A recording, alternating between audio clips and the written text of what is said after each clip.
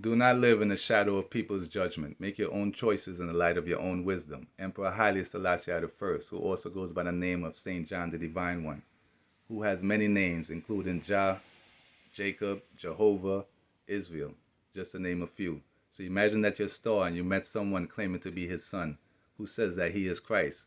And he has many names just like his father, including Moses, Solomon, Job, Joseph, Nun, just to name a few. And if you notice, some of those names are the names of the dad of Jesus. Therefore, he says that he's Jesus' father.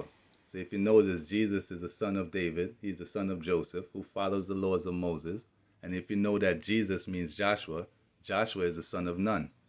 So he himself said over 20 years ago that Clinton, Giuliani, and the Pope are going to die in the same week. He also said that the Statue of Liberty, the Eiffel Tower, and that white Jesus statue in Rio de Janeiro, Brazil, are all going to fall on the same day. Why? He's basically saying that he is here. And he said it nonchalantly, as if he knows that he speaks to God himself. So let's watch. Quran says that, yes. Where exactly? Open the Quran, chapter 2, verse 75. Let's start from 75. 75. A group of them would hear the word of Allah, then knowingly corrupt it after understanding it. It says that they hear the words of Allah, then they corrupt it. من بعد ما عقلوه, after understanding it and knowing it, unknowingly. So they're doing these actions knowingly. It's not like a mistake, this is a scribal error. No. It's an action done with intention. They're referring to Judaism. Instead of them learn from Ethiopia, they're just talking about what Judaism says. Then you can go to 79, the same surah. So woe to those who distort the scripture with their own hands, then say, this is from Allah, seeking a fleeting gain. So what do you think about the Dead Sea Scrolls? Dead Sea Scrolls are scriptures that are written by a heretic group. According to the Jewish people, they say it's a heretic group. You don't have the names of who wrote it there. It is separate almost 2,000 years from Moses. But depending which dating you want to think of the existence of Moses. In the story Star Witness, Moses said he wasn't here 3,400 years ago. He's only supposed to be here in these times of revelation. So if you notice, Sheba, who is with Moses, because it's called the dynasty of Moses and Sheba, she's here in the latter years. And the information within it, I was just telling you, even Christians do not accept everything in the Dead Sea Scrolls. A lot of the things they'll claim it's apocrypha, this or that. So they pick and choose what they like.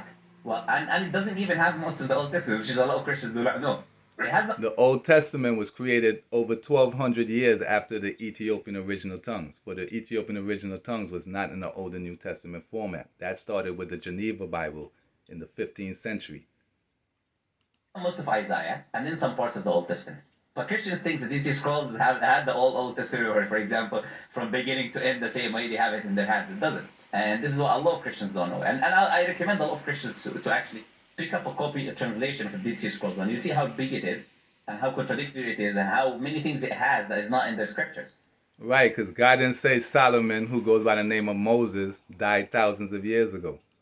So if you read Psalm 72, it's clearly a Psalm of Solomon. And he's here together at the same times as with Sheba. And him, Solomon, also goes by the name of David. Why? Because the Psalm 72 is a Psalm of Solomon. But when the Psalm ends, it tells you, this concludes the prayers of David, the son of Jesse. In other words, Solomon is David. So is there any archaeological evidence that Solomon died? The general answer is there's not much evidence for Solomon. In other words, no. Archaeologists have now completed their research into the legendary wealth of Solomon, and they say the wealth is somewhere deep in the desert in Israel. Like, no, stop making up stuff. So who was Solomon? He was not the king of Jerusalem. He was the king of Ethiopia, or he would become the king of Ethiopia. Take your Lord's servant with you and have Solomon my son mount up on my mule and take him down to Gihon. So where's Gihon? Because that's where he'll be crowned king. So long live King Solomon, who was crowned king in Gihon. Gihon is Ethiopia. The Gihon River is the Nile River. But Gihon itself is the author of Genesis, who is God himself, describes Gihon as encircling the entire land of Cush, a name associated with Ethiopia. So let's look up Moses. And the place of burial would be known. If the place of burial would be known, future generations would by make a god of him. What? They're just making stuff up.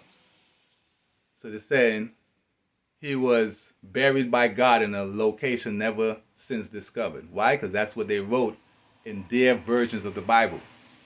So notice all these different versions of the Bible that they have on the internet. And not one is Ethiopian. So even though Ethiopia has the oldest version of the Bible, they don't look up the Ethiopian Bible. So look what it says in their version of the Bible. And Moses, the servant of the Lord, died there in Moab, which is modern day Jordan, as the Lord had said. He buried him. Who did the Lord say it to? In the valley opposite of Beth Peor, but to this day no one knows where his grave is. You just said you know where it is. It's in between this and that. And who did God tell? That don't make no sense. In other words, they're just making up stuff. So look what the Ethiopian Bible is. It was written around 330 AD, which will make it around 323 Common Era. So which makes it over 1,200 years before the King James Version and before the Geneva Bible. So let's read what Haile Selassie would say about Solomon. He created a strong, centralized monarchy. The country, with its 22 million people, revolves around his personal rule. It's 80 million. You are descended, Your Imperial Majesty, from King Solomon and the Queen of Sheba. Notice the Canadian reporter is telling him that he's a descendant of Solomon, and he's speaking proper English, could easily say, yes, I am. Instead, he says this. This is just our story, ancient story. The Queen of Sheba, she brought to visit Solomon. You see, it's a story, it's a folklore. Basically, someone wrote that in the 15th century, which was over 1,000 years after the Ethiopian original tongue. So they basically mixed in some of the Ethiopian Bible with folklore. So there was a king Menelik approximately 3,000 years ago, because the Ethiopian kingdom itself goes back 6,486 years. So yeah, around 3,000 years ago, there was a king called Menelik, but he was not the son of Solomon and Sheba. Why? Because Sheba is supposed to be here in the latter years. Sheba, after many days thou shalt be visited in the latter years upon the mountains of Israel, which is Cush, goes by the name of Ethiopia. And who's coming there? Gog and Magog, the prince of Rosh. In other words, the Russian army is supposed to come to Ethiopia. And if you read Ezekiel 38, you'll see that God himself is going to reveal himself when the Russian army comes to the mountains of Israel. In other words, when they get to Ethiopia. He led the troops that killed Empress Zavitu's husband, who was not of royal blood, and became regent. So if I'm in Russia and they're telling me, hey, we're going to go to Ethiopia, I suggest you don't go. He became emperor on November 2nd, 1930, and was crowned Haile Selassie I, King of Kings, King of Zion, conquering lion of the seed of Judah. He's the conquering lion of the seed of Judah because Judaism has been changing up his words. Judah is the wickedest of the 12 tribes. So Judah have you calling yourself a Jew as if Judah is God himself. If anything, we are all sons and daughters of the Most High. We are all children of Israel, all of us. Power of the Trinity. The Trinity is Abraham, Isaac, and Jacob. So let's watch. If the United States goes to war with Iran in the near future, it will not be because Tehran actually threatens America. It will be because Israel and its powerful lobby in the U.S. have succeeded in creating an essentially false casus belli to mandate such action. Prime Minister Benjamin Netanyahu, who once commented that 9/11 was good for Israel, has repeatedly sought to commit our government to draw red lines that would narrow options for the White House and de facto require it to take action with the military against Iran. Remember, Iran was founded by Ethiopians. For the entire region from Egypt to India was called Ethiopia, both countries inclusive. So the whole Middle East used to be called Ethiopia. So let's read what's written in the books of Esdras that was omitted out of their versions of the Bible.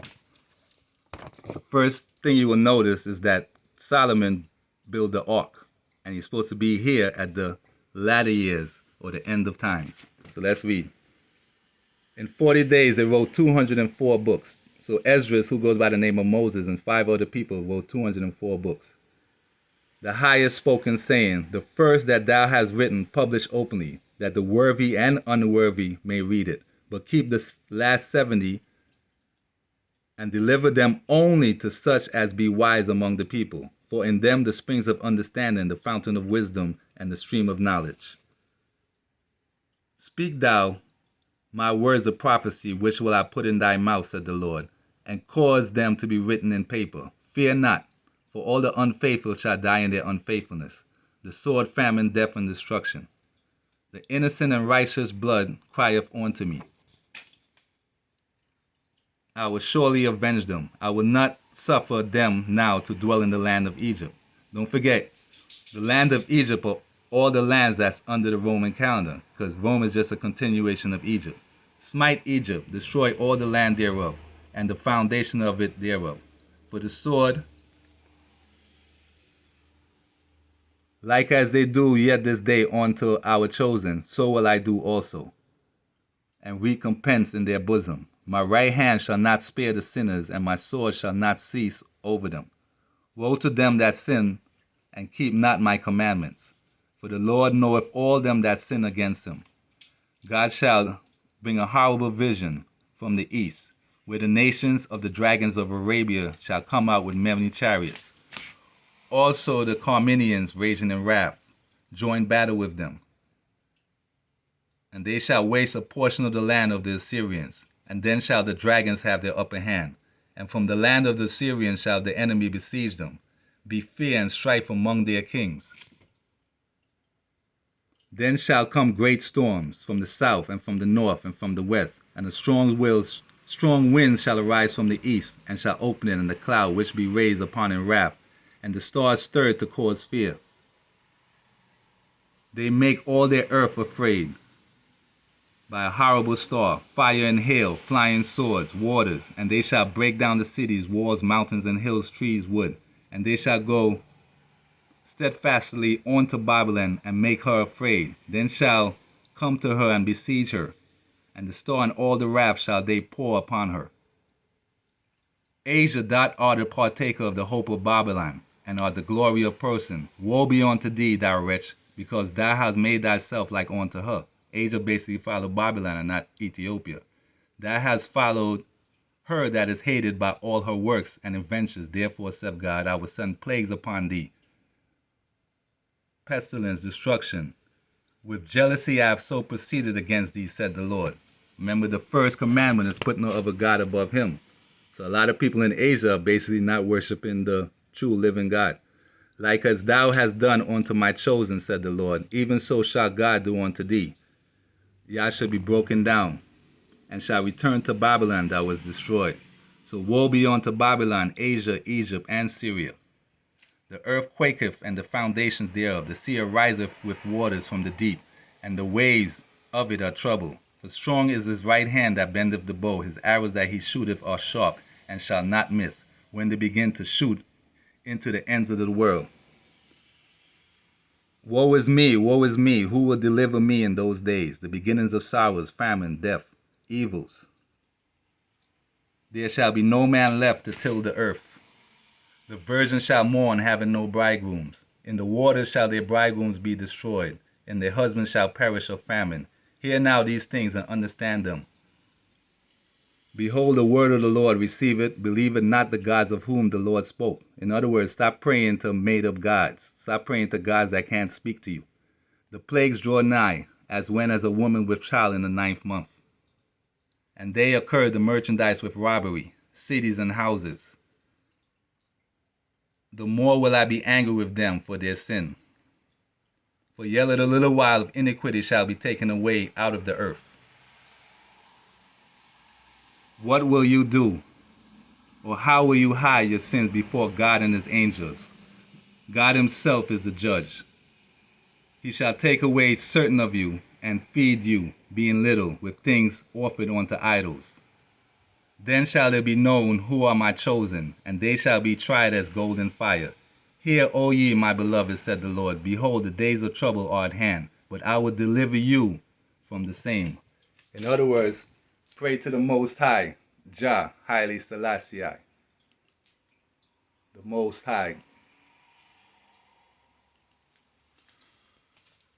And know his son.